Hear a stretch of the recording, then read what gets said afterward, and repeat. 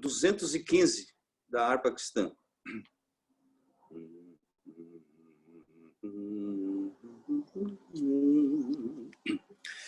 Neste mundo haverá igreja, peregrina vai andar,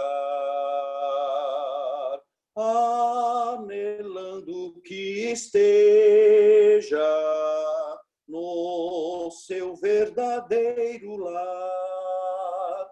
Ver-nos-emos na terra divinal. Ver-nos-emos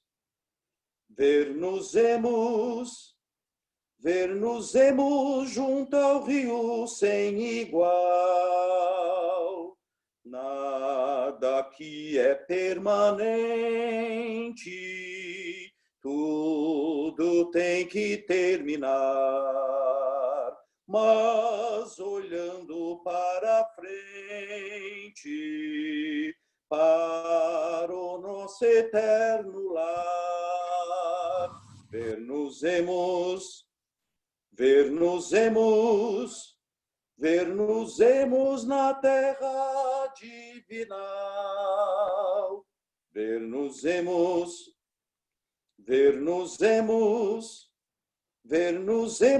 junto ao rio sem igual. Os remidos cá enterram seus amados ao morrer, mas um dia assim esperam que no céu os hão de ver. Ver-nos-emos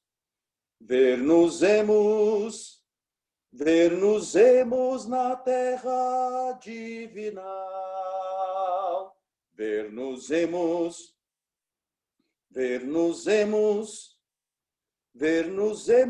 junto ao rio sem igual. Com Jesus o Rei nos ares, breve havemos nós de estar, e com anjos aos milhares, sua glória contemplar. Ver-nos-emos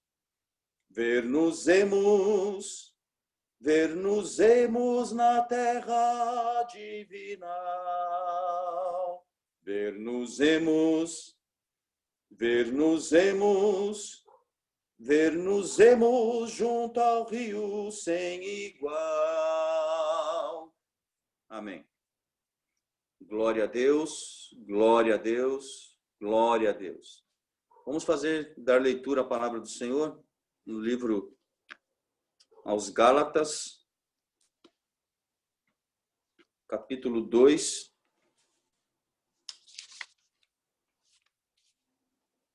Vamos ler do versículo 9 ao 14. Gálatas, capítulo 2, versículo 9 ao 14.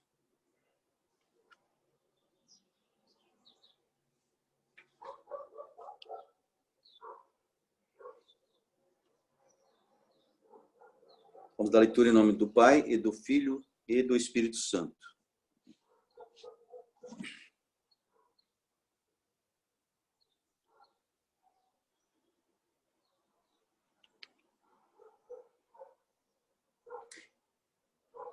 E quando Pedro, Tiago e João, reconhecidos como colunas, porque o mesmo Deus a cada um de nós concedeu dons especiais, estenderam a mão direita a mim e a Barnabé, encorajaram-nos a continuar a nossa pregação aos gentios, enquanto eles prosseguiam sua obra com os judeus.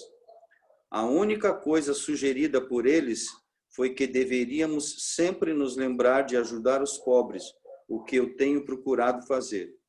Contudo, quando Pedro veio a Antioquia, tive de me opor publicamente a ele, falando bem duro contra o que ele estava fazendo, porque por sua atitude condenável. Porque quando ele chegou lá, no princípio comia com os gentios, mas depois, quando chegaram alguns judeus amigos de Tiago, ele não queria mais comer com os gentios, porque estava com medo daquilo que diriam os que eram da circuncisão. E depois, todos os outros judeus e até mesmo Barnabé seguiram o exemplo de Pedro nessa hipocrisia.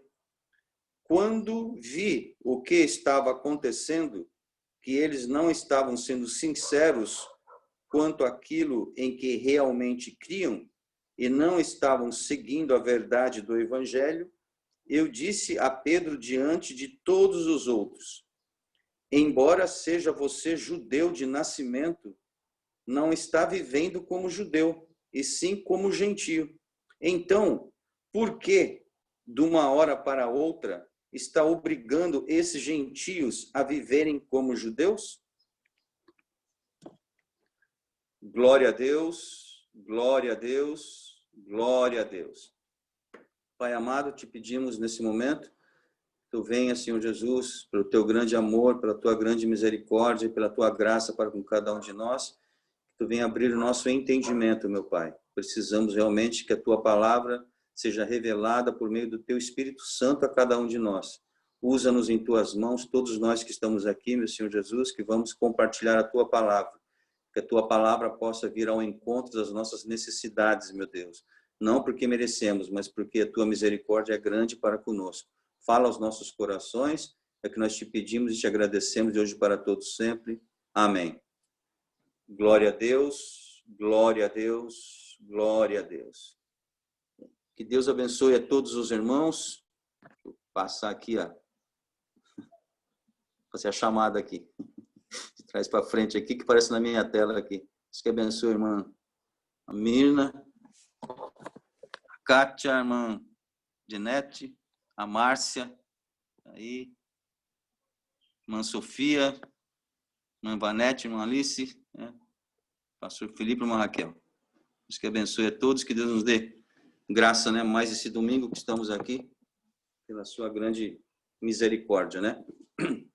Então, nós vamos dar continuidade. Nós paramos no versículo 8, né, no domingo passado, e vamos dar continuidade, então, a partir do versículo 9, que demos leitura hoje, né? Então, vou reler aqui o 9, que diz assim: E quando Pedro, Tiago e João, reconhecidos como colunas, porque o mesmo Deus a cada um de nós concedeu dons especiais, estenderam a mão direita a mim e a Barnabé, encorajaram-nos a continuar a nossa pregação aos gentios, enquanto eles prosseguiriam sua obra com os judeus. Então aqui Paulo, né, como nós já falamos no domingo passado, ele reconhece, né, ele mais uma vez diz isso, que o Senhor Deus, né, dá dons, né, dá capacidades diferentes a cada um de nós, né? A obra do Senhor, ela é levada em várias frentes, né? Em várias frentes. E cada um de nós certamente tem uma capacitação que Deus nos deu e devemos usar isso que temos na obra do Senhor, né? E se for da vontade dele, e sabemos que os exemplos que nós temos biblicamente falando é a vontade dele, né? Ele vai fazer com que nós, com esses nossos talentos, né, sejam redobrados, né? É aquela parábola até dos talentos, né? Aquele que tinha um único, ele acabou enterrando, né? Achando que quando o seu senhor viesse cobrar, era só ele desenterrar e entregar. Então ele ia entregar do jeitinho que deram, ele ia entregar. Mas só que os outros agiram de maneira diferente, né? Eles dobraram, né, a quantidade. Quem tinha 2 foi 4, 4, 8 e assim por diante. Então, quando o Senhor veio cobrar, o Senhor realmente... E essa pessoa que recebeu apenas um, a Bíblia diz que ele tinha consciência que o Senhor era um Senhor daquele que cobrava mesmo, né? Ele dava a responsabilidade e ele cobrava. E mesmo assim, ele sabendo que cobrava, ele enterrou. Então, o Senhor, quando veio, disse: ó, você é um mau servo, né? Porque mesmo você sabendo né, que eu era rigoroso, você ao menos deveria ter colocado no banco para render alguns juros, né? Para que quando eu viesse, tivesse pelo menos os juros. E você enterrou. Então, já que você enterrou, até aquilo que era teu será tirado e vai ser dado para aquele que eu dei mais e conseguiu dobrar, né, a quantidade. Então, tudo leva a crer, né, na obra do Senhor. Se você se dedica, o Senhor vai te capacitando cada vez mais, né? Vai te dando mais graça, vai te capacitando para você trabalhar. Agora, se você até aquilo que você tem, você enterra, seja lá por qual motivo for, né? Alguns porque acham que não precisam, né? Ah, eu não preciso, não. A igreja é muito grande, tem muita gente aqui, né? Eu trabalho demais nos meus afazeres, eu não tenho tempo. Deixa isso para quem tem tempo, né? Esse pode ser um dos motivos. O outro pode ser porque você não acredita em você mesmo, né? Você acha que é muito incapaz, né? Eu sou muito fraco, eu não tenho a menor condição. Isso não é para mim, não vou aceitar. E aí o fato de você não acreditar em você mesmo, até aí não há nenhum problema. Agora você tem que acreditar em Deus, né? Nós temos que crer em Deus. A obra é do Senhor, é Ele que nos capacita. Então você tem que crer que Deus vai te capacitar. Realmente não é bom quando você acha que você vai dar conta do recado e que você é capaz, né? A gente aprende que não, né? Nós não temos capacidade, mas o Senhor nos dá. O Senhor nos dá capacidade. Ele quer ver o seu ato de fé, né? Então, e outros porque realmente, apesar de se acharem capazes, acho que tem uns que eu acho que é até o contrário, né? Se acham muito capazes. Eu sou muito capaz, não vou, né, jogar tudo que eu sei com os irmãos aqui. Os irmãos aqui são muito humildes, né? Muito tranquilos e a minha capacidade é muito superior a deles. Eles não vão entender nada que eu vou falar, não vão conseguir acompanhar meu raciocínio. Então eu prefiro ficar só observando, né, e criticando, né?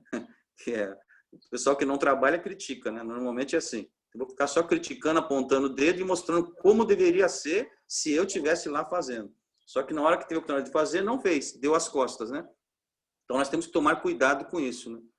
A gente até às vezes dá risada e às vezes é motivo de riso realmente, né? Mas nós temos que tomar cuidado, irmão, porque isso não é muito difícil de acontecer conosco, não, né? Por vários fatores, nós poderemos dar as costas para as oportunidades, né, que o Senhor nos dá para trabalhar na obra do Senhor, por vários motivos, né? Ou porque se acha muito capaz, ou porque não se acha nada capaz, ou porque você acha que você sempre tem outras coisas para fazer, outros afazeres.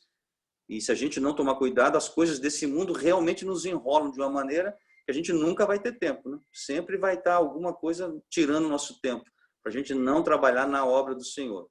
Mas o que Paulo diz aí, né, é que quando ele fala dos três, né, que eram colunas, está falando de João, de Pedro e de Tiago, né, ele reconhece que realmente o Senhor dá a capacidade a cada um de nós de acordo com o que ele quer, né? Então, eu só vou fazer uma leitura aqui de algo que eu acho que é interessante para a gente separar, né, ver essa questão de como o Senhor usa, né, uma maneira simples para falar só desse episódio aí que Paulo fala, né, da questão de quem vai pregar o evangelho originalmente foi destacado, chamado para pregar para os judeus e ele para os gentios, né? Então assim, ó, de acordo com o seu temperamento, de acordo com o temperamento mesmo de cada um, o que cada um já tinha, né? A Tiago, que era obstinado pela lei, os judeus de Jerusalém. Então o Senhor deu essa capacitação para usar Tiago, que ele era realmente, Tiago era alguém que era obstinado pela lei, mas creu no Senhor Jesus Cristo, obviamente. O Senhor deixou, então você vai pegar para os judeus, vamos dizer assim, os judeus ortodoxos, né? Aquele judeu de raiz mesmo, Tiago, né? O Senhor capacitou. Pedro, que havia aberto a porta aos gentios, já lemos isso, né? Pedro lá, quando Pedro foi, né? Teve aquela visão do lençol e com todos os animais, aquela coisa toda, que foi pregar para Cornélio, né? Ele fez a abertura do evangelho aos gentios. Então, Pedro, que havia aberto a porta aos gentios, mas que estava judaicamente disposto, né? Ele estava judaicamente disposto, Pedro. Apesar de ter iniciado pregando para os gentios, ele estava muito disposto, né, a ter os costumes dos judeus. Então, a ele, né, que estava judaicamente disposto, os judeus da dispersão, né, aqueles judeus que não eram de raiz, né, mas eram judeus que estavam na dispersão, aqueles que estavam até muitas vezes correndo, saindo de alguma situação, estavam ali meio que no meio do caminho. E a Paulo, pela milagrosa conversão, os gentios. Então, os apóstolos, em conjunto, representavam a Cristo, a cabeça única.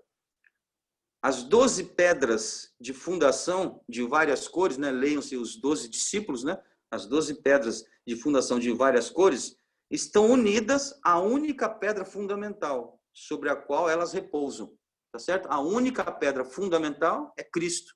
E temos aquelas fagulhas, né, de pedra, como Pedro, né, o nome Pedro é pedra, mas é uma fagulha de pedra, né? São os 12, né?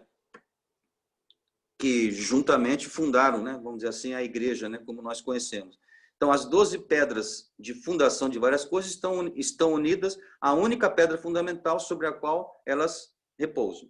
O plano sempre foi que o evangelho alcançasse os gentios. Essa é a verdade, né? O plano do Senhor era que o evangelho alcançasse a todos, né? Afinal das contas, todos nós somos criação, né, do Senhor. Sabemos originalmente houve o pecado, né, em Adão e Eva, e então não haverá homem perfeito neste mundo, né, exceção feita a Jesus Cristo, que ele encarnou aqui. Os demais não são perfeitos, né? Existiram homens tementes a Deus, que agradaram o coração de Deus, né, sabemos disso, mas não teve nenhum perfeito. Então, nenhum de nós tem que também se incomodar tanto com as nossas imperfeições, né? A incomodação tem que ser no sentido que existe um perfeito e que nós temos que olhar para ele. Mas não podemos desistir, né, de andar nesse caminho, porque muitas vezes escorregamos. E muitas vezes o inimigo coloca em nossas mentes isso, que nós não temos condições. Como aquele senhor que eu já conto, né, para os irmãos, que ele falou que para ser cristão tinha que ser 101%. Não era 100%, não, tinha que ser 101%. Então, como ele achava que ele nunca ia ser, então ele preferia não andar pelo caminho, porque ele jamais seria. Ele achava que era muita severidade, era muito rigor, né? E nós vemos o quê? Que a palavra do Senhor, é por isso que temos que ler a palavra num contexto, né? Não podemos pegar versículos isolados. A palavra do Senhor diz que realmente nós não temos a menor condição, mas nós temos que crer num, né, que tem todas as condições e nos capacita. E essa obra é assim, realmente morro acima, né, que nós estamos subindo, e temos que nos livrar cada vez mais de tudo que nós arrastamos conosco, né? Muita coisa que a gente vai se arrastando. E o que o Senhor quer é nos limpar. E perfeição não vamos ter nesse mundo, né? A perfeição teremos quando tivermos um corpo transformado. Esse corpo nosso não aceita, né? É impossível haver perfeição nesse corpo nosso. Ele não aceita perfeição, porque ele é imperfeito. Mas nós cremos num Deus que é perfeito, né? E é isso que a palavra nos ensina, para que a gente vá se lapidando a cada dia. Vamos ler alguns versículos, né? Vou começar por aqui. Acho que hoje eu vou começar de trás para frente. Vou começar aqui com a Kátia. João, capítulo 12, versos 20 a 24. Depois a irmã Denete. São Mateus, capítulo 16, versos 16 a 19. A Márcia, Efésios, capítulo 2, versos 20 a 22. E a irmã Sofia, Apocalipse, capítulo 21 e verso 14.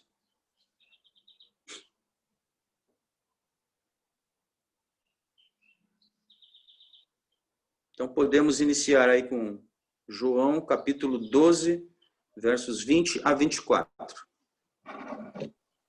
Tá, só um minutinho que eu estou tentando achar aqui. João 12, 20 e 24. João 12, versículos 20 a 24. João prediz sua morte. Oi? João 12, 20 a 24, né? Isso. João prediz sua morte. Entre os que tinham ido adorar a Deus na festa da Páscoa estavam alguns gregos. Eles se aproximaram de Felipe, que era de Betsaida da Galileia, com um pedido: Senhor, queremos ver Jesus. Felipe foi dizê-lo a André, e os dois juntos o disseram a Jesus. Jesus respondeu: chegou a hora de ser glorificado o Filho do Homem. Digo-lhes verdadeiramente que, se o grão de trigo não cair na terra e não morrer, continuará ele só, mas se morrer, dará muito fruto. Amém. Bem, então aí vemos, né, que já havia um interesse, né? Tá falando de grego, né, de outros povos que não eram exatamente os judeus, queriam ver Jesus, né? Porque, irmãos, nós hoje, né? Hoje nós sentimos, né, a presença do Senhor, né? Nós nos emocionamos, o Espírito Santo fala conosco só de ouvirmos, quando lemos a palavra do Senhor, né? Quando alguém fala, né, de Jesus, ou quando nós mesmo lemos, né, já sentimos. Agora imagine você ver Jesus, né? Não há um ser humano que resista, né? Não há. A verdade é essa, né? A não ser que sejam pessoas que endureçam seus corações e abram os seus corações para que o inimigo entre, né? Aí o inimigo vai entrar e acaba com a vida do indivíduo mesmo. Aí, esse aí, o coração dele se fecha, né? Porque o inimigo, o nome já diz, o inimigo é inimigo de Deus. Mas qualquer pessoa, né, que em sua sã consciência, quando ouve, né, o Senhor Jesus falar, não tem como. As palavras do Senhor tocam, né? Tocam o coração do ser humano.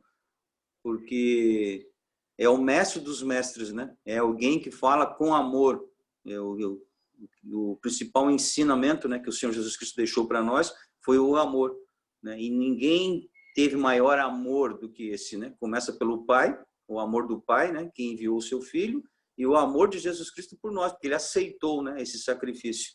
Ele poderia ter desistido, né, mas não desistiu. Ele foi até o fim. Então é um grande amor.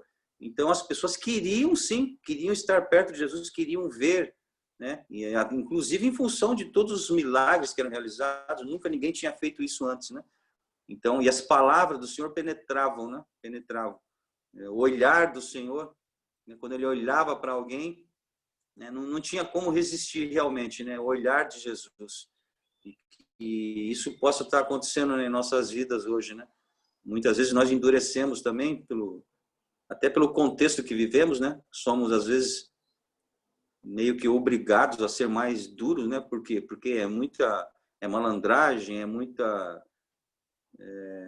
falsidade, né? Então as pessoas acabam se endurecendo, o medo, né? A questão da segurança, as pessoas ficam muito recrudescidas, mas que o Senhor Jesus Cristo realmente, pelo poder da sua palavra, possa internamente, né, nos abrir, que possamos nos abrir, transformar nossos corações, que muitas vezes já estão se transformando em coração de pedra, em coração de carne, né? É isso que a palavra mostra.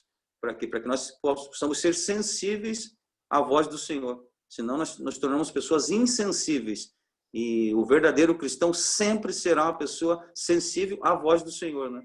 A voz do Senhor. O Espírito Santo tem que encontrar essa sensibilidade, né, em nossos corações. Nós temos que sentir, porque senão nós vamos estar num lugar onde a palavra do Senhor está sendo falada, o Senhor está falando, só que os nossos ouvidos estão, né, nossa mente está cauterizada, né? Não entra nada, né? Bate aqui e volta, nem passa, né? No ouvido, como diz o outro, entra por um e sai por outro. Não vai nem acontecer isso, porque nós estaremos fechados. Então temos que tomar, são aquelas pessoas duras, né? Estamos falando de cristãos, não estamos falando fora, não, estamos falando de cristão. Pessoas que às vezes vão até para a igreja e literalmente vão assistir, né? Porque não participam do culto, vão assistir e mesmo assim entram e saem da mesma forma, nada os atinge, né? Estão duras, endurecidas, né? E petrificadas, né? Vamos dizer assim. Então que o Senhor Deus realmente tenha misericórdia e nos quebre, né? Literalmente falando, para que nós possamos ser sensíveis, né? À voz do Senhor. Então vemos ali e o Senhor Jesus Cristo fala, né? Aquela mensagem maravilhosa que ele diz que o grão de trigo, né? Se ele não morrer, se ele não for enterrado, ele não vai germinar, né? E Jesus estava falando de si próprio, né?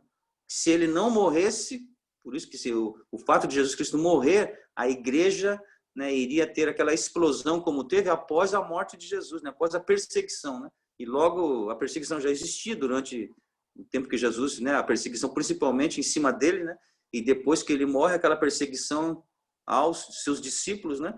E aí a igreja começa a se expandir, né? Por meio da morte de Cristo. Então, a morte do Senhor Jesus Cristo, ele se comparou àquele grão, né? Aquele grão de trigo que, a hora que é enterrado, ele começa a florescer. E a igreja do Senhor é exatamente isso, né?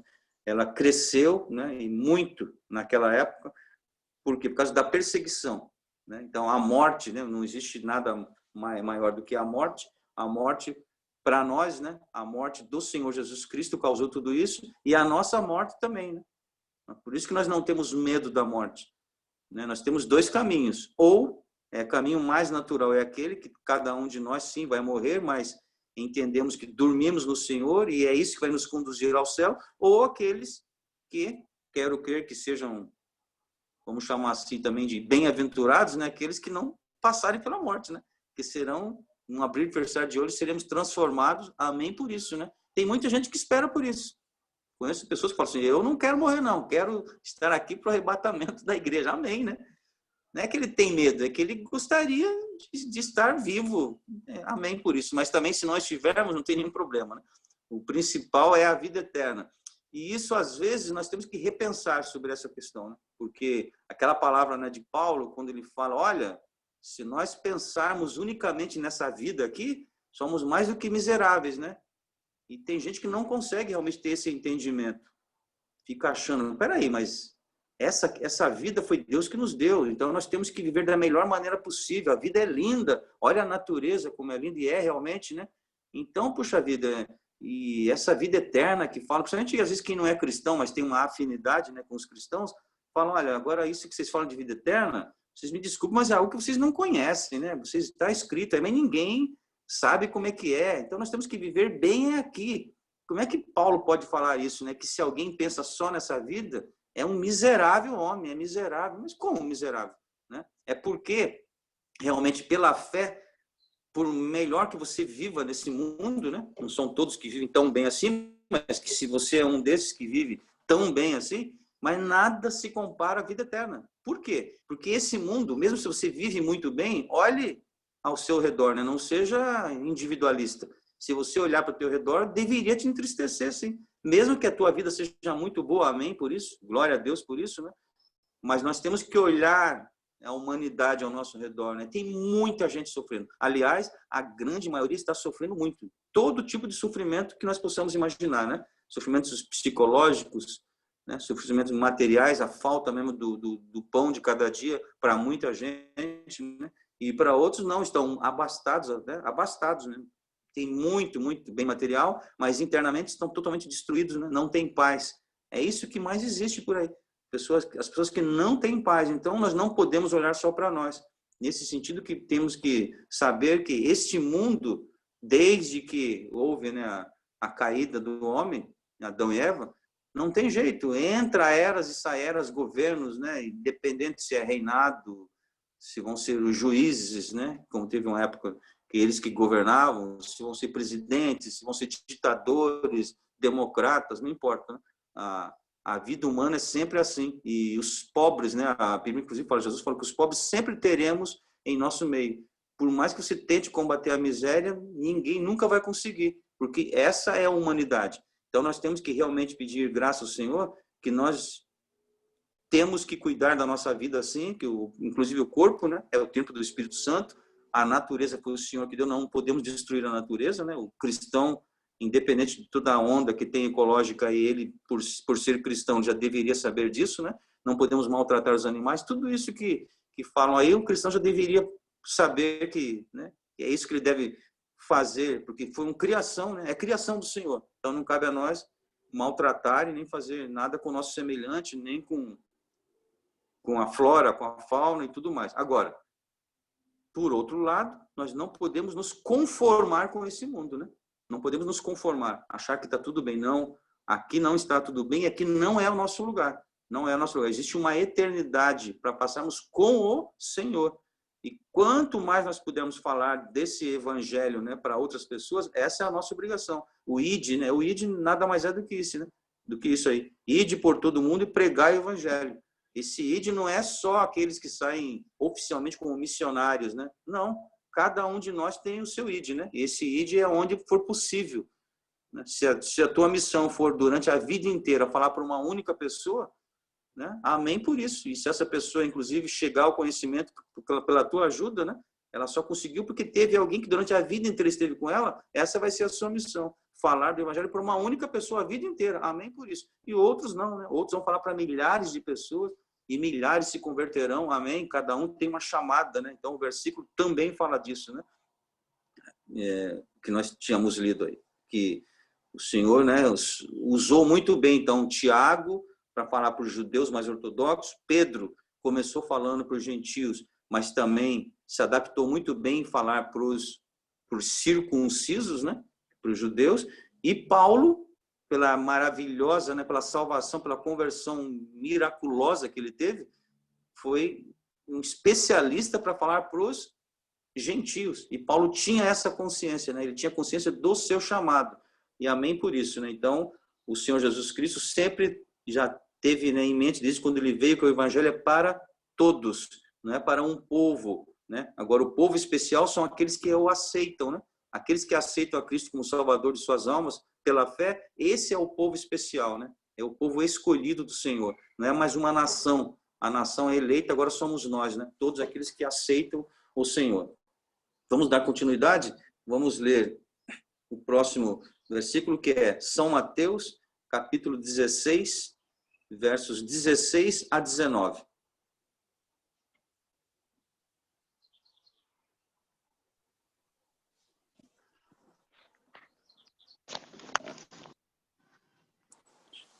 E Simão Pedro, respondendo, disse: Tu és o Cristo, filho do Deus. E Jesus respondendo, disse: Bem-aventurado és tu, Simão, porque não foi carne e sangue que revelou, mas é o Pai que estás no céu. Amém. Amém. Até os outros. Isso, é do 16 ao 19. Eu vou ler, irmã Denate, que o seu áudio falhou e pode ser que alguém não conheça bem essa passagem, apesar que ela é bem conhecida, né? Eu vou reler aqui. Então, São Mateus, capítulo 16, versos 16 a 19. Diz assim: Simão Pedro respondeu: O Senhor é o Cristo, o Filho do Deus vivo. Deus abençoou você, Simão, filho de Jonas, disse Jesus, porque meu Pai que está no céu revelou isto pessoalmente a você. Isto não vem de nenhuma fonte humana. Você é Pedro, e sobre esta rocha edificarei a minha igreja, e todas as forças do inferno não prevalecerão contra ela. E eu darei a você as chaves do reino dos céus. As coisas que você atar na terra serão atadas no céu, e as coisas que você desatar na terra serão desatadas no céu. Amém? Então nós vemos aqui também a palavra do Senhor, né? Falando dessa incumbência que a igreja tem. Então tem muita gente que não crê nisso, né? Acha que isso é bobagem. Por que existe, né, tanta igreja? Que se isso fosse de Deus, existiria uma única igreja. Por que tem tanta igreja, né? Que não deveria ter. Nós vemos aqui a palavra do Senhor, né? Quando falando com Pedro, né? Um dos fundadores, vamos dizer assim, da igreja. E o Senhor dizendo que esse poder, né? Ele daria à igreja. Aquilo que for atado, né? Aquilo que for concordado na terra, será concordado no céu. E aquilo também que não for, então, assim, existe uma autonomia, assim, uma autoridade que o Senhor deu à igreja.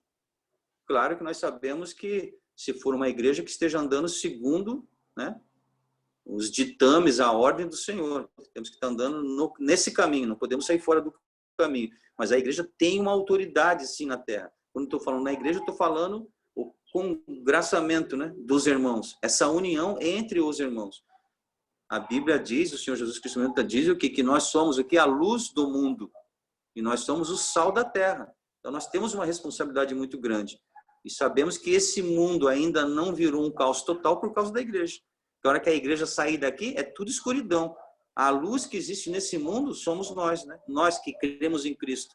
Somos nós mesmos, não são outros, não. Isso não é jogar confete em cima de nós, não. É pela misericórdia do Senhor. Nós que temos Cristo em nossas vidas, temos a luz dentro de nós. Essa luz se irradia. E esse mundo não está num caos total por causa de nós. Nós que eu digo, todos aqueles, né, que creem no Senhor, que tem o Senhor dentro de si. E o sal da terra. O sal, senão esse mundo já estaria totalmente apodrecido. O sal é que não deixa esse mundo se apodrecer totalmente. É o sal da terra, somos nós. Então, a igreja, nós temos uma incumbência, né, muito grande. E a principal delas é o ID, né? Essa é a missão da igreja. A missão é ID, pregar o evangelho a toda criatura. Quem crer e for batizado será salvo, e quem não crer já está condenado. Aquele que não crer já está condenado. Esse já está não significa que ele vai ser condenado o resto da vida. Ele deixa de ser condenado quando ele passa a crer. Mas enquanto ele não crer, ele já está condenado por não crer. Né? Não é porque ele é um indivíduo mau. Não, é por não crer. Então, que a recíproca é verdadeira, né? Nós temos que olhar os dois lados. Nós estamos estudando aqui que não serão pelas nossas obras, pelas nossas boas obras, que seremos salvos. Tá certo? Ao contrário, é verdadeiro. Não serão pelas más obras que alguém é condenado. Não é pela má obra que alguém é condenado. A pessoa é condenada por não crer. Exatamente. Nós só somos salvos porque nós cremos no sacrifício de Jesus Cristo pela fé. A recíproca é verdadeira. Uma pessoa só é condenada, não é pelas más obras dela. Ela é condenada por não crer, pelo fato de ela não crer em Cristo. Alguém fala, mas espera aí. Então quer dizer que se ela for uma pessoa de más obras, ela será salva? Não, aí nós vamos no princípio de tudo. Qual é a consequência de alguém que crer em Cristo? A consequência é que você tenha boas obras. Então não existe a possibilidade de alguém que aceitou o Senhor Jesus Cristo, né? O Senhor Jesus Cristo está dentro dele, então por isso agora ele é a luz do mundo, ele é o sal da terra, e ele vai ter más obras. É incompatível, não existe, porque se é Deus que está dentro dele, se é o Senhor Jesus Cristo que está dentro dele, né? E está dominando a sua vida, está conduzindo a sua vida, não existe a possibilidade de haver más obras. Quando eu digo más obras, é um indivíduo contumaz, né? Aquele que só tem más obras. Não estou dizendo que nós, por mais, né, que tenhamos uma comunhão com o Senhor, não temos nossos deslizes? Temos, né? Nós falamos que somos seres imperfeitos, não conseguimos andar 100% do tempo com o Senhor. Muitas vezes nós nos desviamos e queremos ir pelos nossos próprios caminhos. Quando isso acontece, é quando nós damos as nossas deslizadas, né? Mas por misericórdia do Senhor, o Senhor com mão forte estende as mãos e nós seguramos na mão do Senhor, né? Muitos até dizem que, a bem da verdade, né, não somos nós que seguramos, né? É o Senhor que segura em nossas mãos, né? Porque se nós segurarmos, nós vamos cansar e nós vamos soltar, né? Mas quando o Senhor segura em nossas mãos pela misericórdia dele, né, nós só estendemos a mão. Isso nós temos que fazer. Talvez a única coisa que nos cabe, né, é estender as mãos, né? É aquele náufrago está se afogando e alguém está jogando a corda para ele, mas ele não quer pegar a corda. Alguém joga uma boia, ele também não quer pegar a boia. Aí fica difícil, né? Mas quando você estende a sua mão, o Senhor Deus segura e não solta realmente, né?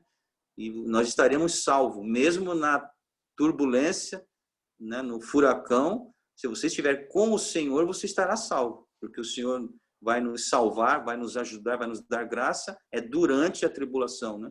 Nós, muitas vezes, queremos ficar livre, né, de todos os problemas, mas são nos problemas que nós realmente conseguiremos, né, a liberdade, conseguiremos a salvação daquele problema e podemos glorificar ao Senhor, né? Porque se nós não passarmos por nada também, se ninguém passasse por absolutamente nada, ficava até difícil, né, crer no Senhor. Então temos que passar, temos que entender que foi o Senhor que nos livrou para glorificarmos o nome do Senhor. E entendermos, né, e darmos graças a Ele, e não a nós mesmos. Porque tem gente que passa por situação difícil, o Senhor o livra, só que ele não reconhece que é o Senhor. Ele vai dizer que foi Ele, por algum motivo, né? Ele vai dizer que ele é mais sábio, que ele teve uma boa formação, ou que ele foi muito humilde. Ele vai querer dizer que foi Ele, algum atributo dele que o salvou. E nós não, né? Nós sempre, porque é verdade, nós cremos nisso. Não é só porque a gente faz alguma coisa condicionado. Nós temos a plena convicção que é o Senhor Deus que nos livra a todo dia. Nós não temos a menor condição. Por nós mesmos, nós somos um carro desgovernado, né? Nós vamos ou para a esquerda ou para a direita. A gente não consegue andar reto. Mas se o Senhor estiver no comando, graças a Deus por isso, né? Ele consegue nos aprumar. Muito embora nós, às vezes, queiramos ainda ir para um lado ou para o outro, né? Então, que o Senhor nos dê graça. Vamos dar continuidade. Efésios, capítulo 2, versos 20 a 22. Acho que é a Márcia, né? Efésios, capítulo 2, versos 20 a 22.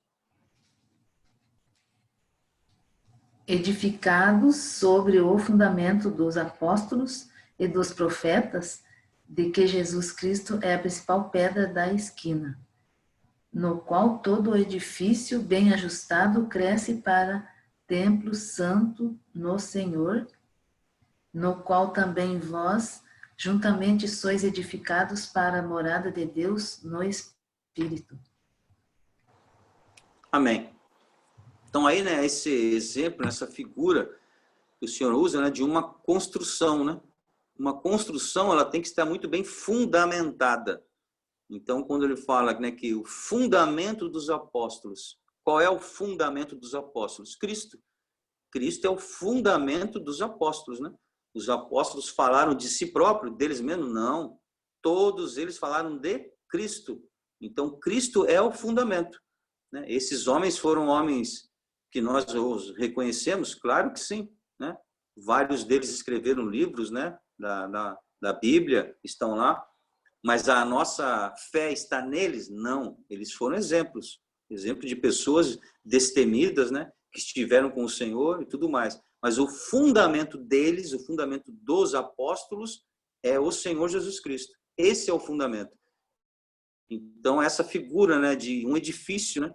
Um edifício tem vários, né? Imagine um prédio com vários andares, cada andar tem várias unidades, né? Vários apartamentos, digamos assim, mas existe uma fundação. Essa fundação tem que estar muito sólida. Se essa fundação estiver muito sólida, mesmo que você tenha problema com um ou outro apartamento, né? É possível você ir lá e resolver o problema sem comprometer toda a edificação. Por quê? Agora, se o problema é na base, nós tivemos exemplos recentes aí, né? Se o problema é na base, vai ruir tudo, cai tudo, não fica pedra sobre pedra, né? Porque o problema está na base. Então, nós damos graças a Deus porque é a base que nós temos, e tem que ser assim, irmãos. Nós não podemos mudar esse fundamento, né? Muitas vezes nós queremos pular por algum motivo. Ou porque a gente acha que parece que está muito duro, né? Então, eu vou para um lado onde ali está mais fácil, né? Ali eu estou ouvindo mais o que eu quero. Nós temos essa tendência, né? E a gente pula. Cuidado com esse pulo que você vai dar, que você pode sair do fundamento, né? E o fundamento é Cristo. Esse é o fundamento, né? E, na verdade, então, o que o Senhor disse, tendo o Senhor Deus como fundamento, as demais coisas vão acontecendo, né? E o que é isso? A propagação do Evangelho. É isso que Paulo está fazendo. E Paulo, todo esse livro, né, de Gálatas e os demais livros aí, a preocupação de Paulo é que, olha, cuidado com o fundamento. O fundamento é Cristo. O fundamento não são as práticas judaizantes. Não é isso que vai te levar para o céu, né? Você guardar o sábado, você não comer carne de porco, não é isso. Isso é bom, é. Nós sabemos disso. Se você tiver uma boa dieta, né, principalmente alguns, né? Alguns de nós têm problemas mais sérios do que outros e temos que ter uma dieta muito mais rígida. E alguns tipos de comida realmente não nos faz bem. Ok, isso é verdade, né? E os judeus fazem muito bem até em ter essa dieta. Mas cuidado, isso não tem nada a ver com a salvação. Por isso que Jesus, né, naquele momento que muitos não entendem, quando Jesus fala assim, olha, o que contamina o homem é o que sai, não é o que entra.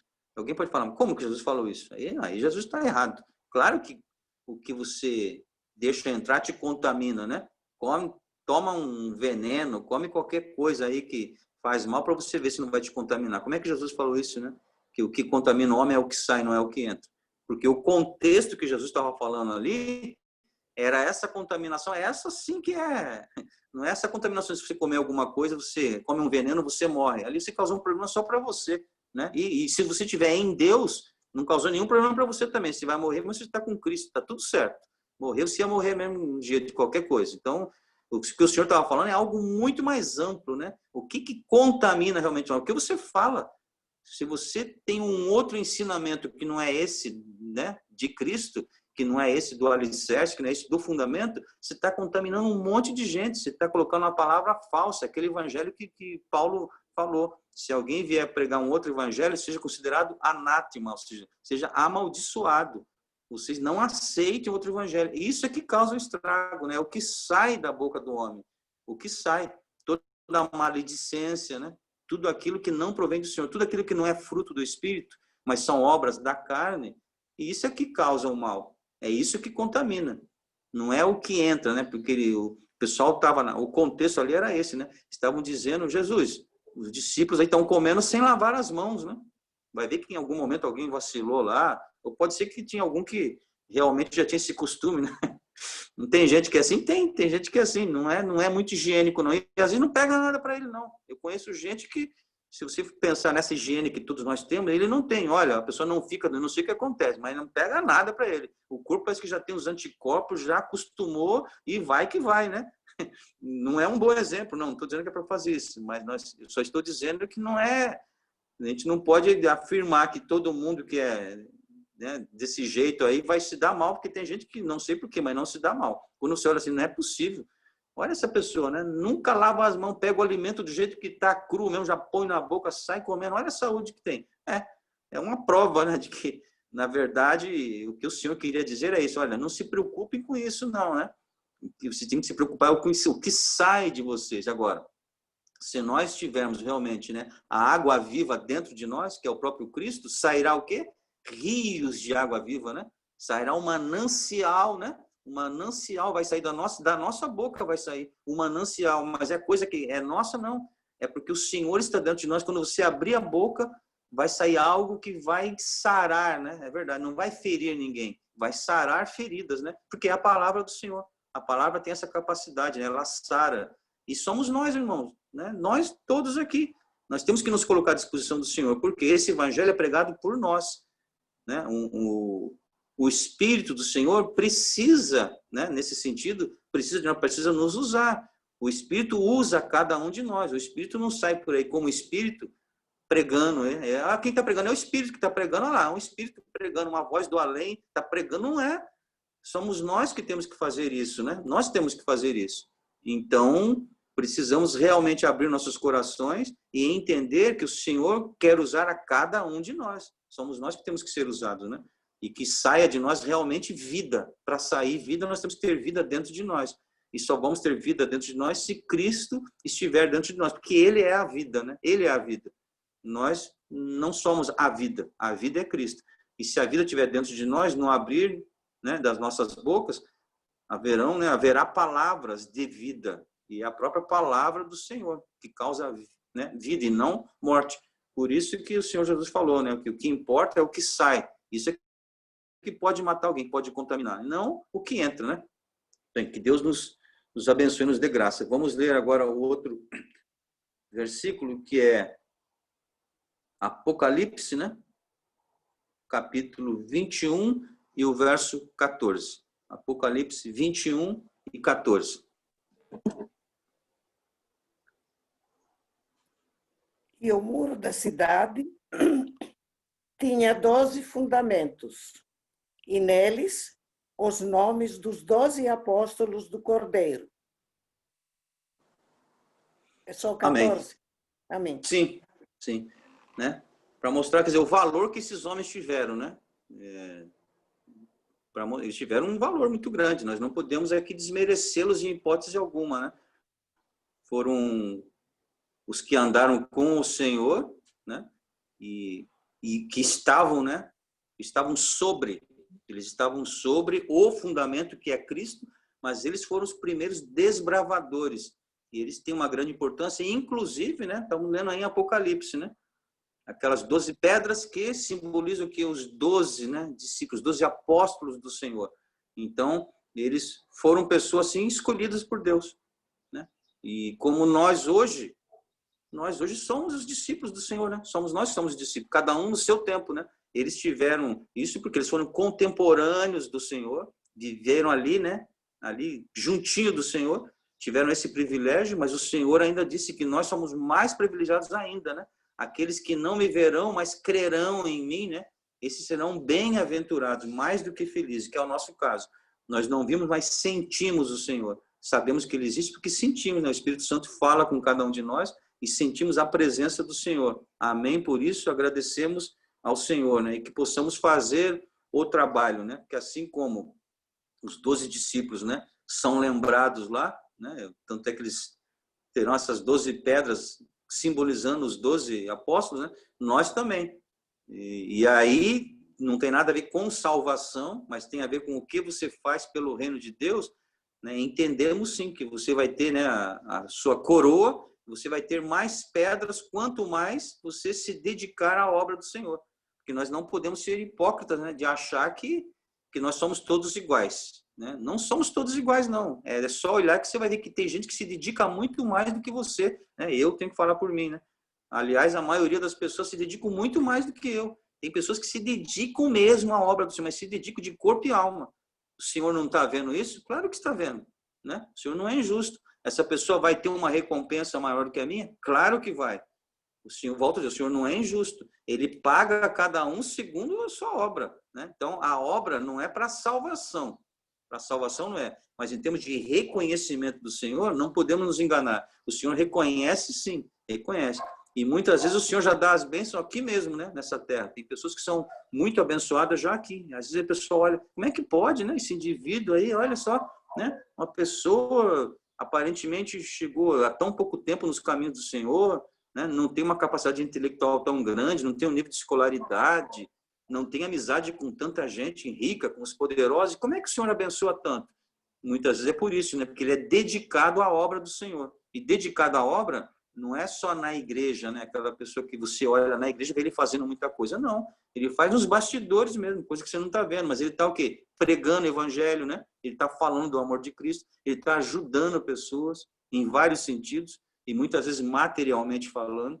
O Senhor deu condições para ele e ele ajuda as pessoas. É o que Paulo fala aqui, né? Eu acho que é o próximo versículo já vai dizer isso. Quando os três, né? A tríade lá, né? Que Pedro, Tiago e João, né? E o próprio Paulo reconhece, né? Como alguém, como tiveram uma chamada especial na obra do Senhor. E quando eles dão a destra, né? Eles abençoam. Muitos dizem que eles impuseram as mãos sobre Paulo. Ou seja, no mínimo eles estão endossando o trabalho de Paulo, né? E estão dizendo para eles irem, né? Vocês podem ir, vão em paz, continuem pregando esse evangelho, né? Então não havia nenhuma, naquele momento, né? Não havia nenhuma discussão nesse sentido entre Paulo e os três. Muito embora eles soubessem que havia realmente isso, né? Os judeus estavam arraigados ainda aos seus costumes. Nós sempre frisamos isso, né? O problema não era esse. O problema é achar que isso é suficiente para a salvação. Isso não. É isso que Paulo queria desmistificar. E isso pode ser muito bom para os costumes de vocês podem continuar com esses costumes, só que para a salvação em Cristo, não. E não peçam que os gentios precisem fazer isso, né? Porque isso, para a salvação, não. Bem, vamos passar para o outro versículo. Alguém tem alguma coisa a falar? Fique sempre à vontade. Pois não, pastor. A mí siempre fica minha intriga con Paulo y Pedro, que tú vas a tocar ya eso aquí, ¿no? Pero sabe que me llama la atención en esto aquí, es lo siguiente.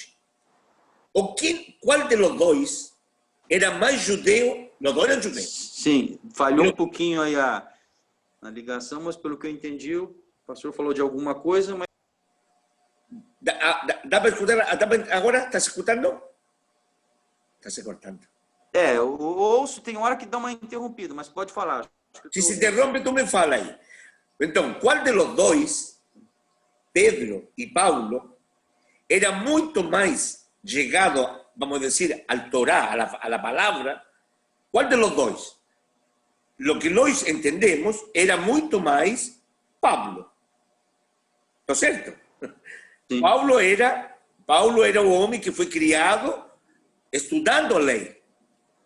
Pedro era um pescador que no dia do templo, ele ia ao templo adorar e era mais e voltava para casa e tudo mais. Ou seja, as costumes judaicas estavam muito mais impregnadas com Paulo que com Pedro.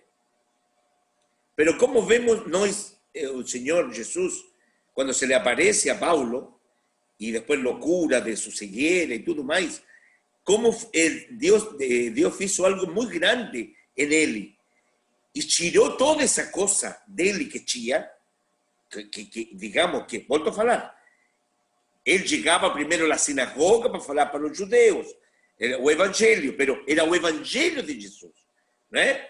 Ele compara todas essas coisas, como circuncisão, não comer a mão suja e todas essas coisas, esses lo considera como estiércol al grande conhecimento de Deus, que esse Deus era por cima de todas as coisas.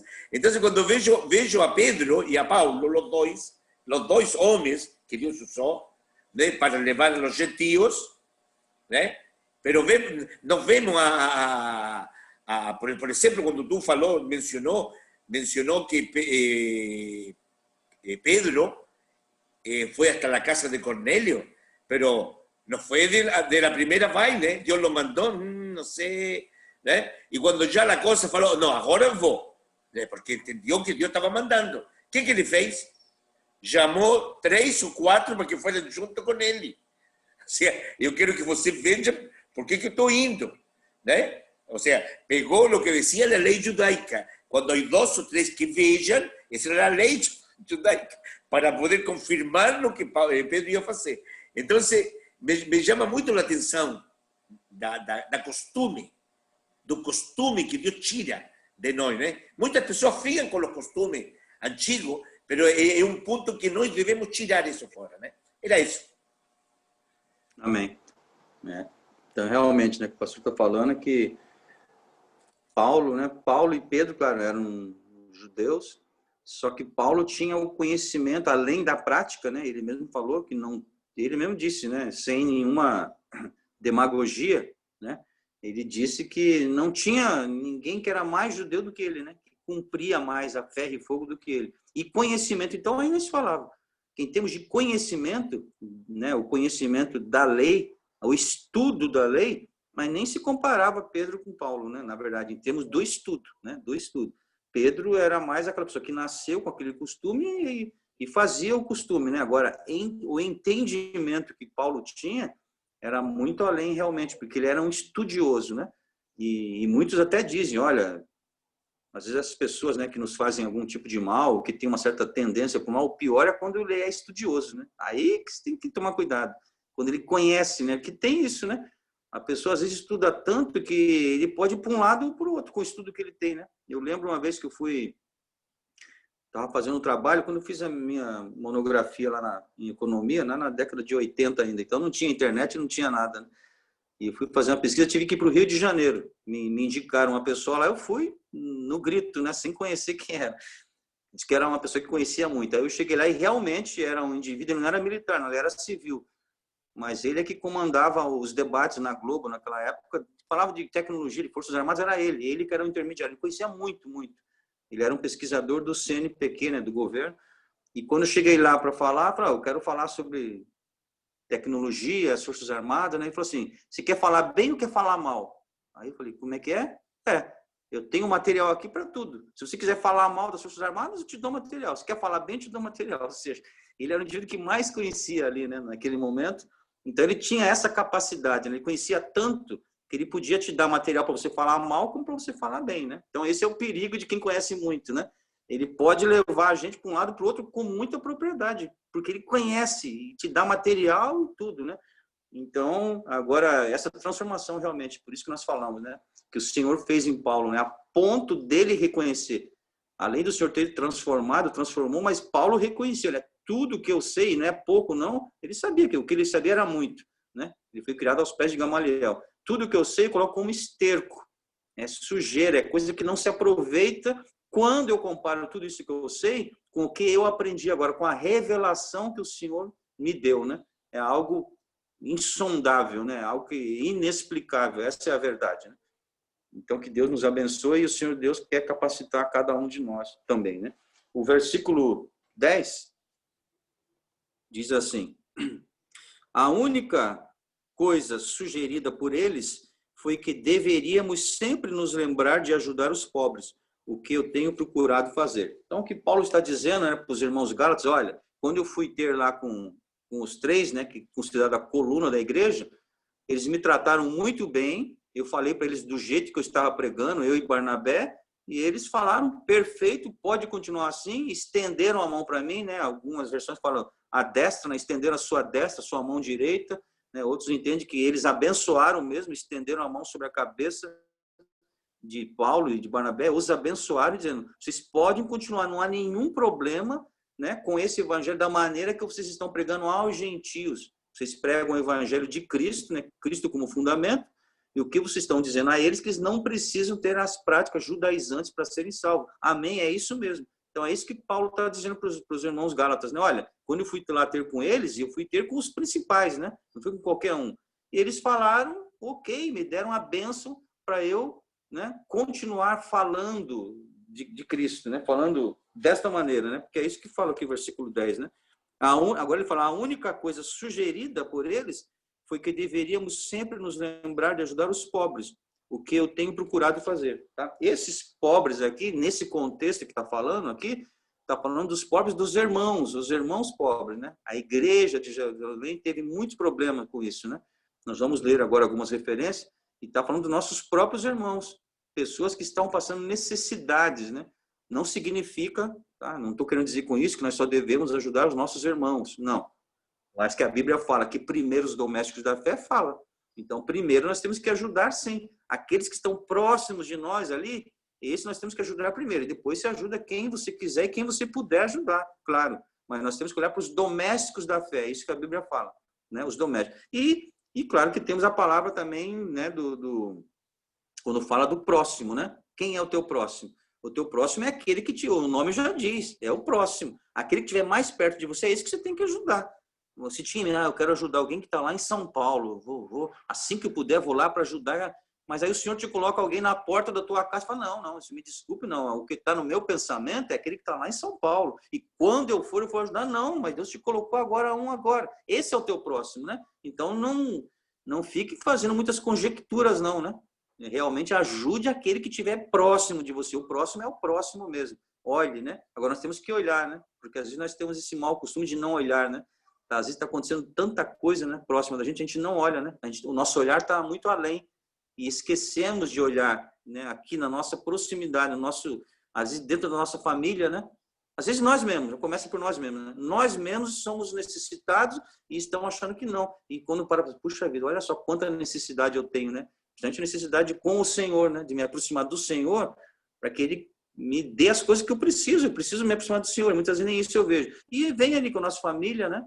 Pai, filho, e, né, os familiares, depois vem ali os parentes, né, os vizinhos, ou seja, aí a coisa vai até chegar nos confins da terra, né?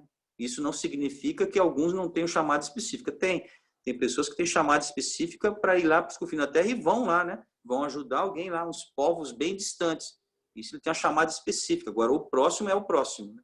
Fique sempre atento, né? Atento. Sempre vai ter alguém muito próximo precisando, né? E principalmente do alimento espiritual, principalmente, mas não só do espiritual. Aqui está falando literalmente do alimento material. Então, a exortação deles foi isso, olha, pode continuar, pregue desse jeito que a gente está pregando, gente. A única coisa que nós pedimos para você é que você não esqueça dos pobres, né? E esses pobres nós vamos ler especificamente, são os irmãos, né, que estavam passando por necessidades. Então, vamos dar continuidade aqui. Irmão Vanete, Atos dos Apóstolos, capítulo 11, versos 28 a 30. E a irmã Raquel, Romanos, capítulo 15, versos 25 a 27. Então, primeiro vamos ler Atos dos Apóstolos, capítulo 11, versos 28 a 30. É isso mesmo.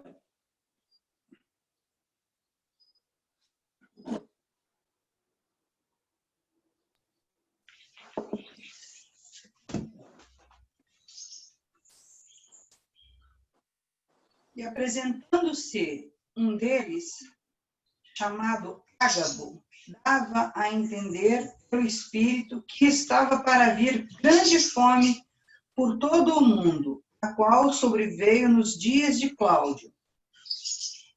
Os discípulos, cada um conforme as suas posses, resolveram enviar socorro aos irmãos que moravam na Judéia.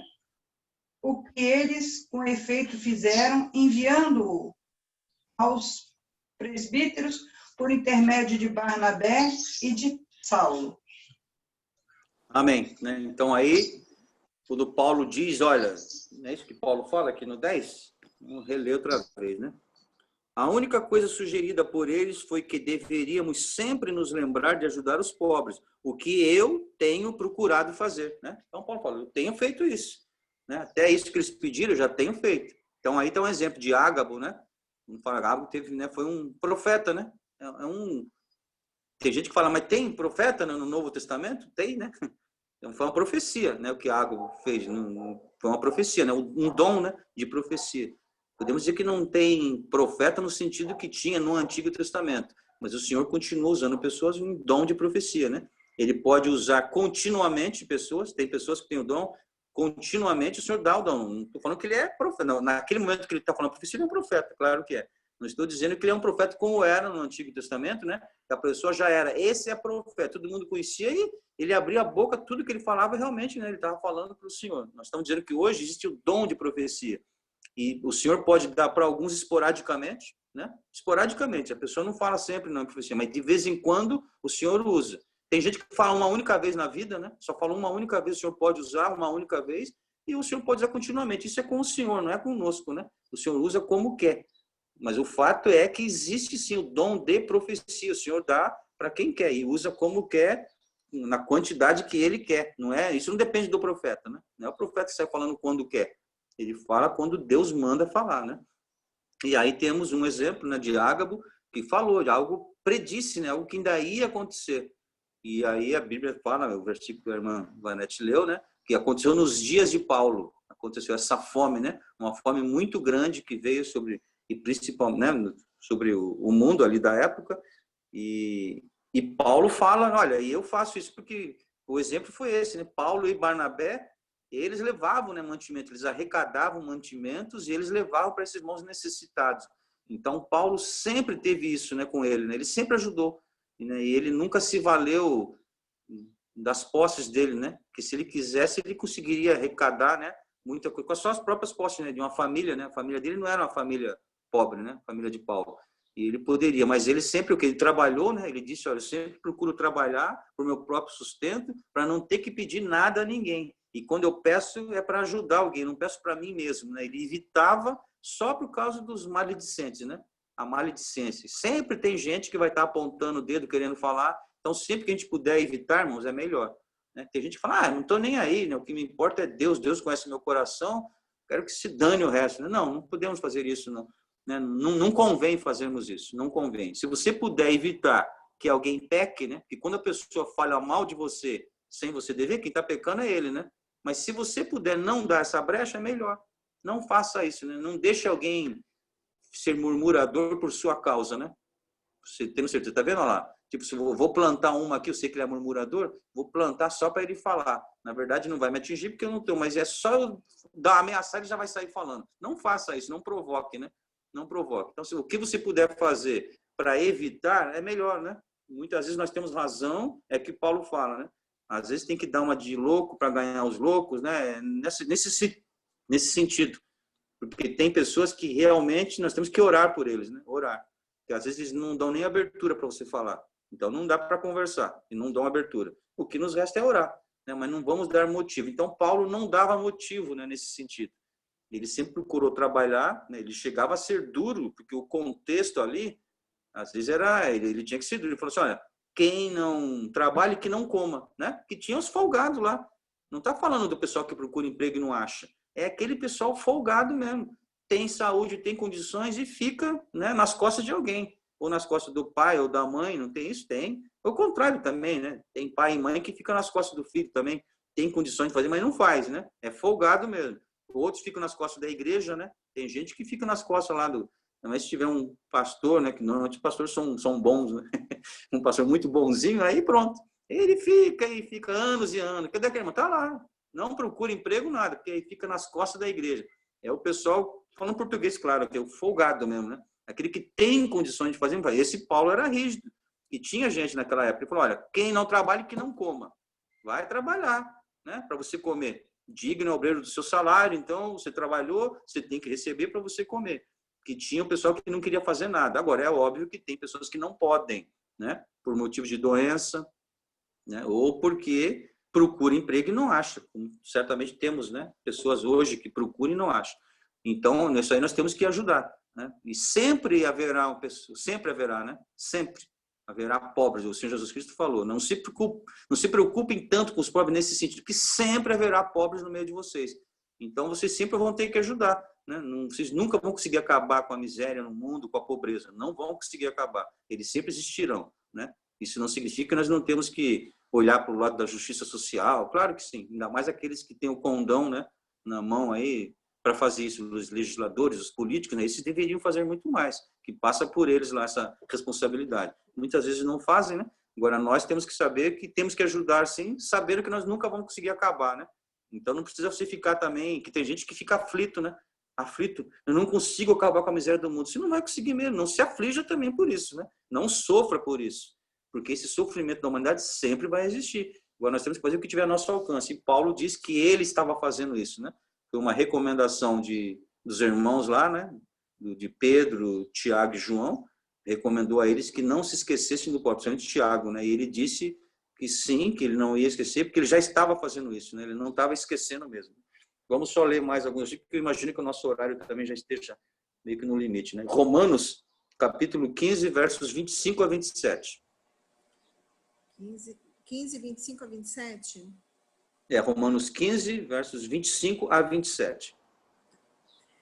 Mas agora vou a Jerusalém para ministrar aos santos, porque pareceu bem a Macedônia e a Acaia fazerem uma coleta para os pobres dentre os santos que estão em Jerusalém. Isto lhes pareceu bem, como devedores que são para com eles. Porque se os gentios foram participantes dos seus bens espirituais, devem também ministrar-lhes os temporais. Só para falar, viu? 10h45. 10h45. Então, temos 15 minutos.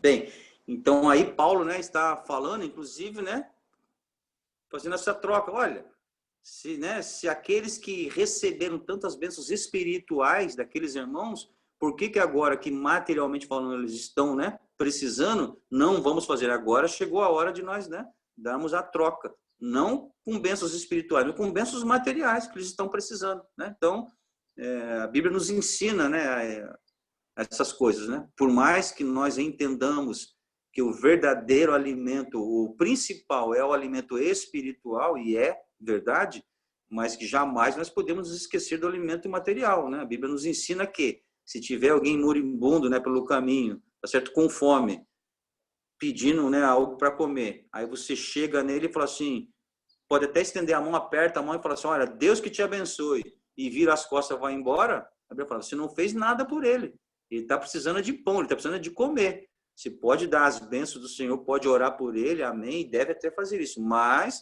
não esqueça de dar o pão para ele comer. Não adianta você virar as costas, né? A não ser que você não tenha.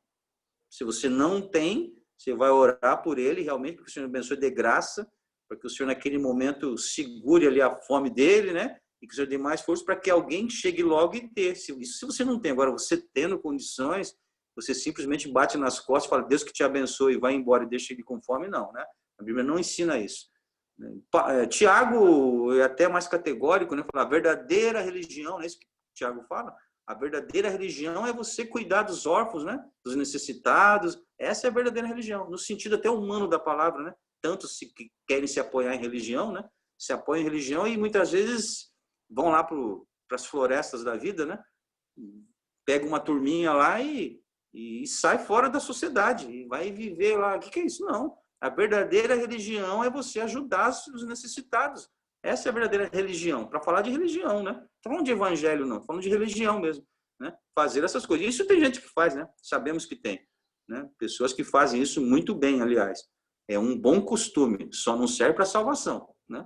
Não pense que porque você faz isso aí já garantiu a salvação, que você está dando muita esmola. Não. Isso é uma obrigação de um cristão, mas não é isso que leva você para o céu. O que leva você para o céu é você crer crer, né, com fé no sacrifício de Jesus Cristo. E entender que de você mesmo não adianta você ser muito bonzinho e fazer tudo isso. Isso não te leva para o céu.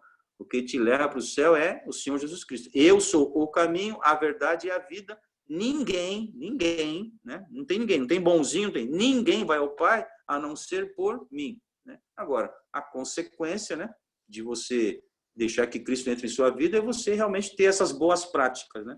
Isso é de um cristão, sim. Né? Só não leva para o céu. O que te leva para o céu é crer, é a fé no Senhor Jesus Cristo. Versículo, vamos ver o 11, então, ainda dá tempo.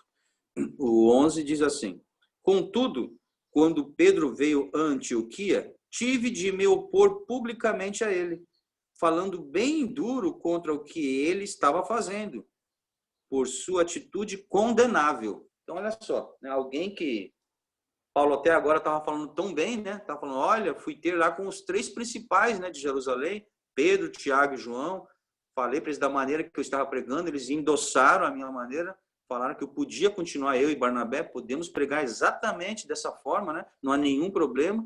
Só falaram que era para a gente não esquecer dos pobres, o que eu não tenho esquecido. Agora, esse mesmo Pedro, né? Só que agora eu fui obrigado a repreendê-lo, né? Por quê? Ele estava fazendo algo totalmente reprovável, né? Então, Paulo, aqui nós já falamos sobre isso, né? Quando até o pastor falou, se for em termos de conhecimento, quem conhecia mais a lei, com certeza era Paulo. Agora, se olharmos na ótica dos judeus, quem eles mais consideravam, claro que era Pedro, né? Por quê? Porque eles tinham aquela coisa ali, né? Principalmente os judeus mais ortodoxos, né? Paulo é um apóstolo, mas não é original, não, né? Não é dos originais. Não teve com Jesus, não andou com Jesus, é um apóstolo meio de segunda linha, né? Ainda tinha aquela coisa com Paulo, né? Que ele não estava junto com Jesus, ele não foi um dos 12, né? E Pedro, olha Pedro. Pedro andou por cima da água, rapaz. Olha quem que andou por cima da água? Pedro andou por cima da água, né? Pedro estava lá com Jesus. Então, Pedro, e realmente, né? O apóstolo Pedro, né? É uma pessoa que tinha, né, aquele ímpeto dele, né? Mas tinha um coração, né? Quebrantado também, né? Quando ele negou ao Senhor, quando ele olhou, ele viu, né? Que algo realmente, quando nós falamos sobre isso, né? O olhar de Jesus, né? Naquela, vamos chamar aquela muvuca toda, naquela coisa toda, aquela muvuca, não tinha a claridade que nós temos hoje, com essas luzes hoje, que hoje, né, tá, todo mundo vê tudo, não, né, eram tochas, né, e aquela coisa toda já meio no escuro, né, as pessoas lá, Pedro escondido, então Pedro realmente estava, e de repente ele olha e vê que Jesus olha, né, consegue olhar ele, onde ele está. Então, isso é algo realmente extraordinário, né. Pedro, naquele momento, sentiu e chorou copiosamente, né, porque o Senhor olhou para ele. Então, não importa a escuridão que você esteja, né? Não importa se você está se escondendo muito, achando que está se escondendo, né? O Senhor está olhando para você, está olhando para mim, né? O Senhor está olhando. E que bom quando nós percebemos isso, né? Que o Senhor está olhando, que é quando nós nos arrependemos, né? O pior é quando a gente dá as costas e continua correndo, que possamos ter, como Pedro, né? Então, Pedro tem essa coisa, né? Pedro, ele era... Não vamos chamar isso, que claro que não é, né? Mas parece que era meio que bipolar, né? Porque ele se agarrava com tanta força numa coisa e daqui a pouco ele já abandonava aquela coisa, né? Pedro, né? Tem vários exemplos desse tipo, né? Mas um deles é esse, né? Para os gentios, né? Olha, Pedro foi lá, teve aquela visão e foi e pregou para Cornélio, né?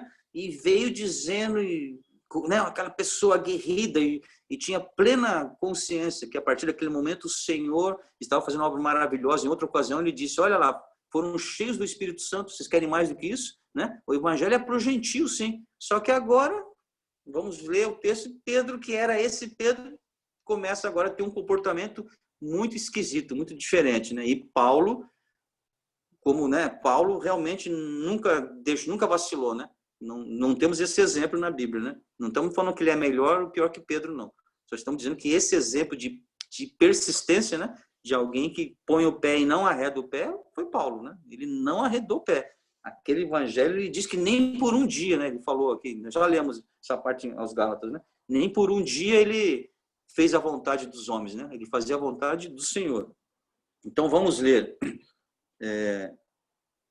Atos, agora pastor, por favor, Atos capítulo 11, versos 19 a 26.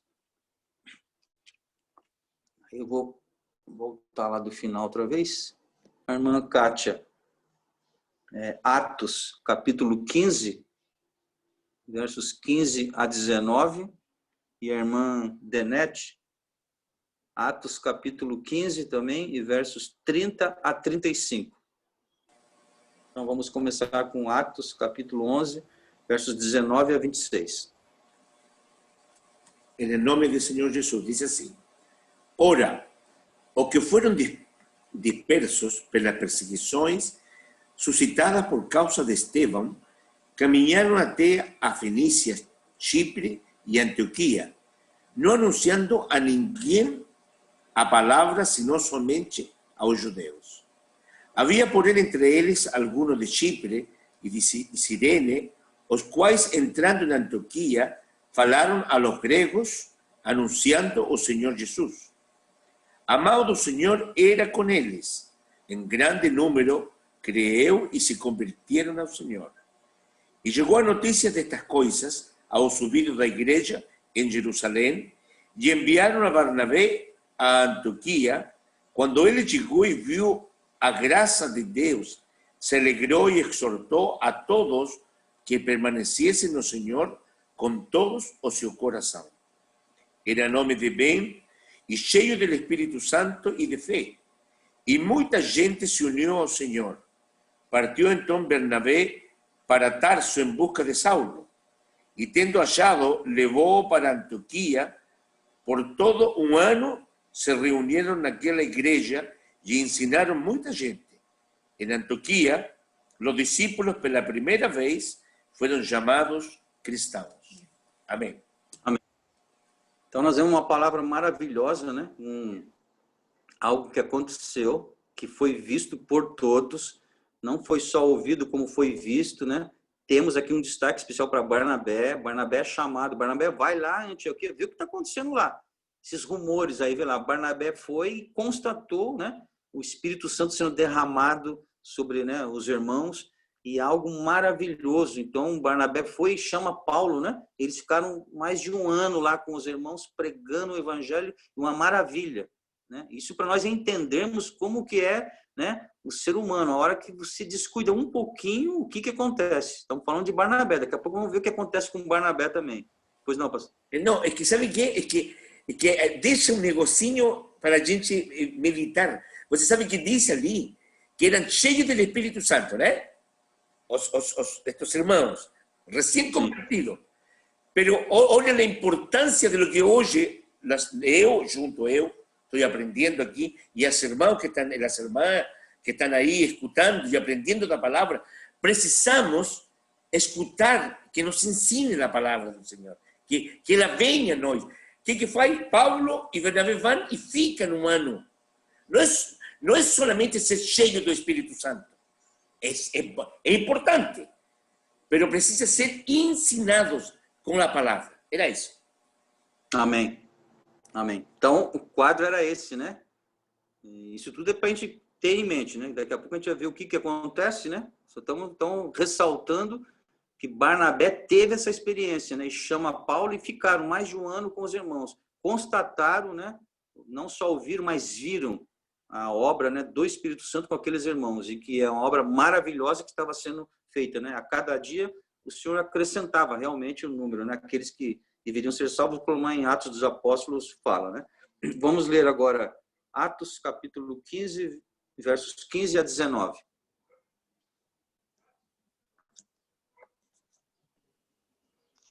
Em nome de Jesus. Concordam com isso palavras dos profetas, conforme está escrito. Depois disso voltarei e reconstruirei a tenda caída de Davi. Reedificarei as suas ruínas e a restaurarei, para que o restante dos homens busque o Senhor, e todos os gentios dos quais tem sido invocado o nome, diz o Senhor, que faz estas coisas, conhecidas desde os tempos antigos. Portanto, julgo que não devemos pôr dificuldades aos gentios que estão se convertendo a Deus. Amém. Eu vou ler também, até porque a minha é uma outra versão, que ficou um pouquinho áudio, não sei se para todos, tem hora que embrulhava um pouquinho. Então, não sei se o meu está melhor, mas eu vou ler também. Atos capítulo 15, versos 15 a 19. Diz assim: e esse fato da conversão destes povos concorda com o que os profetas predisseram. Que nós falamos, né, aqui que sempre, né, foi, né, o plano do Senhor era para que realmente os gentios, né, essa palavra chegasse aos gentios. Então aqui está falando, né, que desde a época dos profetas. Então vou ler outra vez. Diz assim, versículo 15, né? Este fato da conversão destes povos concorda com o que os profetas predisseram, ou seja, com o que os profetas profetizaram, né?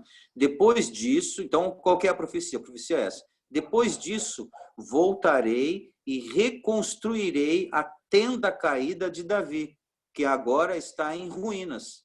Consertarei o que estiver quebrado e restaurarei as suas ruínas, para que também o restante dos homens busque o Senhor, e todos os gentios sobre os quais tem sido invocado o meu nome, diz o Senhor que faz estas coisas.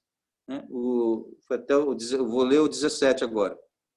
É isso que o Senhor diz, pois ele revela os seus planos feitos desde o princípio. O 19. Portanto, a minha opinião é que nós não devemos insistir que os gentios que se convertem a Deus... Deixa eu ler outra vez aqui. O 19. Portanto, a minha opinião é que nós não devemos insistir que os gentios que se convertem a Deus devam obedecer às nossas leis judaicas. Lembra até o 19. Então, vemos aqui que realmente isso vem desde o início, né? Era um plano do Senhor, já para que isso acontecesse, e o Senhor move, né, as coisas como Ele quer. Somos instrumentos na mão dele, e o Senhor faz como Ele quer. E naquele momento, né, da igreja primitiva, foi exatamente isso, né? Aqueles homens, esses três principais, claro que existem outros, né, ficavam ali pregando mais para os judeus, Paulo para os gentios. Só que Paulo teve uma chamada realmente, né, para pregar para os gentios. E Paulo tinha essa consciência. E Paulo agora vê um episódio que vai ser narrado, né, onde ele vê Pedro, que era um baluarte, né, uma das colunas da igreja, tendo um comportamento reprovável. E Paulo está falando para os irmãos Gálatas: olha, eu fui obrigado ali em público repreender a Pedro. Por quê? Então ele está narrando o que aconteceu, né? Nós vamos ver os próximos versículos. Vamos ler apenas um último agora. Atos capítulo 15, versos 30 a 35. Atos 15, versos 30 a 35.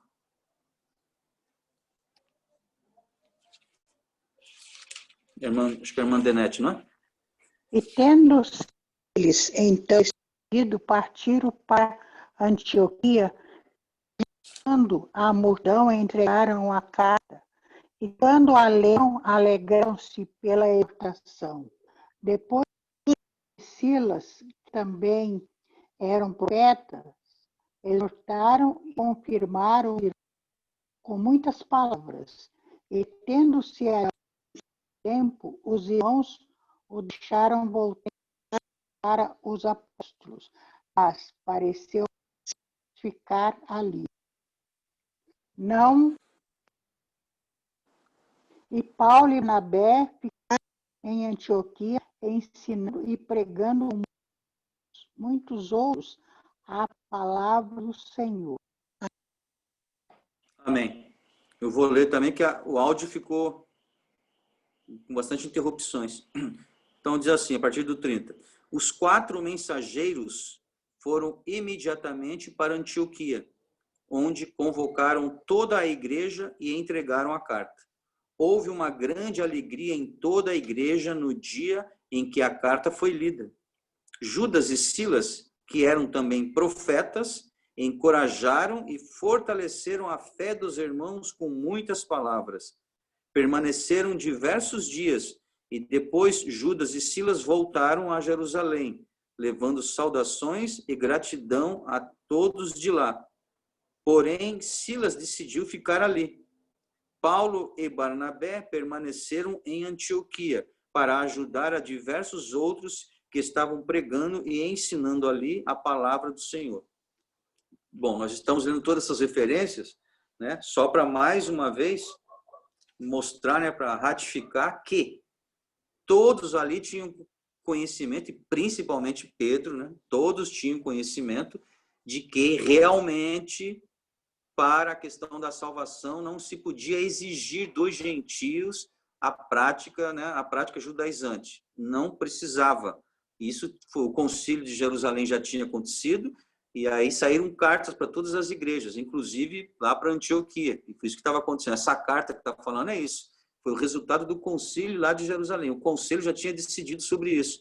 E falando, ó, eles não precisavam realmente. A tônica era essa. Não precisavam se circuncidar, não precisavam guardar o sábado e não precisavam ter os hábitos alimentares dos judeus. Os gentios não precisavam disso. E mesmo assim, eles tinham, né? O Espírito Santo descia sobre eles, o evangelho estava sendo pregado e tinha que continuar daquela forma. Não precisava exigir isso. Então, nós estamos lendo todo esse contexto para mostrar que isso era de conhecimento de todos. Ninguém mais era para ter dúvida quanto a isso, né? Esse é o pano de fundo que nós tínhamos. Por isso que Paulo foi obrigado a chamar a atenção de Pedro, porque o que Pedro fez estava indo contra tudo isso que Pedro tinha participado. Pedro sabia disso. Pedro teve a experiência na própria vida, quando foi falar com os gentios, começando por Cornélio e tantos outros que ele pregou o evangelho, né? Então, isso é para nós entendermos que muitas vezes nós não podemos depositar nossa fé em homens, por mais que eles sejam usados por Deus. Eles podem ser usados por Deus, e enquanto forem usados por Deus, amém. Mas não significa que eles serão a vida inteira usados por Deus. Em algum momento, eles podem, né, mudar o pé. E quando eles fizerem isso, nós não podemos acobertar. Essa é a questão. Não podemos acobertar, não podemos ficar quieto. Não fala nada, não fala, deixa com Deus. Deus é que resolve isso. Não é assim que funciona, né? Porque se Paulo não tivesse se pronunciado ali, tinha tido um racha violento, né? Tinha sido dois evangelhos. Não é questão de uso e costume, não. Eram dois evangelhos. Um evangelho ia estar dizendo que para você ser salvo, você precisava ser judeu primeiro, e um outro evangelho dizendo que não. Ia ter um racha, e não pode. O evangelho não tem esse tipo de racha, né? Pode ter usos e costumes diferentes de cada comunidade, cada cultura. Isso é uma coisa. Agora, que nós não podemos aceitar que em determinado, né, região, vamos falar da África, vai, né? Porque são pessoas que a gente já sabe que tem vários costumes, né, diferentes e práticas, né, espiritualistas, né, ou espiritualizadas diferentes, e você chega lá e fala, olha, para esse pessoal aqui, como eles são, né, eles eram adeptos do voodoo e não sei o quê, para eles não vamos dizer que é Jesus Cristo que salva, não. Vamos dizer outra coisa. Não podemos querer adaptar o evangelho nesse sentido. Isso não. É isso que Paulo era contra. Não podemos. Aqui nós vamos manter isso. Nós não podemos exigir dos gentios que não nasceram judeus, que tenham prática judaizante para ser salvos. Não. Essa foi o motivo da discussão, mas nós vamos certamente ver isso melhor no próximo domingo, né? Porque o nosso horário já avançou. Então, que Deus abençoe a todos, que nos dê, né, um restante de domingo abençoado, né? Os que estão enfermos, que o Senhor possa curar, né? Porque às vezes tem pessoas que estão aqui, mas estão enfermas, né? Que o Senhor possa curar. Aqueles que não puderem estar conosco, o Senhor tenha misericórdia de cada um. Os que estão viajando, que o Senhor possa guardar, né? Cada um em suas viagens, livrando de todo o mal. Os que estão enfermos, que o Senhor possa curar, né? E enfermidades de todo tipo, né? Tem enfermidade material, mas tem aquelas psíquicas, né? Psicológicas, pessoas que estão abatidas, né? Aparentemente estão bem, mas estão sem forças, né? Até para ligar um aparelho de celular, um computador, né? Estão sem força. Não é agora a força de ir presencialmente, né? Porque antes era isso. Agora não é. A pessoa. Então, assim, quando a pessoa está com esse problema, irmãos, não é uma questão de eu não tenho força para sair de casa e ir até a igreja. É agora que você não precisa, né? Pelo menos nesse momento, na escola dominical. Da sua própria casa você poderia ter pessoas que não têm força para chegar lá e ligar, né? Um aplicativo desse não tem força. Então temos que orar, não é para criticar, não, né? Temos que orar, que o Senhor dê graça, né? Dê graça. Como tem dado graça a nós que estamos aqui, que possa dar graça aos nossos irmãos, né? Que Deus nos abençoe. Então vamos orar. Eu vou pedir que a irmã Denete faça essa oração de término. Que Deus nos abençoe. Que os irmãos fiquem com Deus. Bendito Deus e Pai, te agradecemos, Senhor, desta manhã, abençoada na tua presença, esse ensinamento que o Senhor nos concedido. E o Senhor pode abrir a nossa mente, que nós possamos guardar, Senhor, a tua palavra, todos os ensinamentos. Abençoa grandemente, Senhor, os teus servos que estão presentes, aqueles que não puderam estar. Senhor, possa nos dar um dia abençoado na tua presença, meu Senhor. Despede em paz, Pai, em nome de Jesus amado que vive para sempre. Amém. Glória a Deus, glória a Deus, glória a Deus.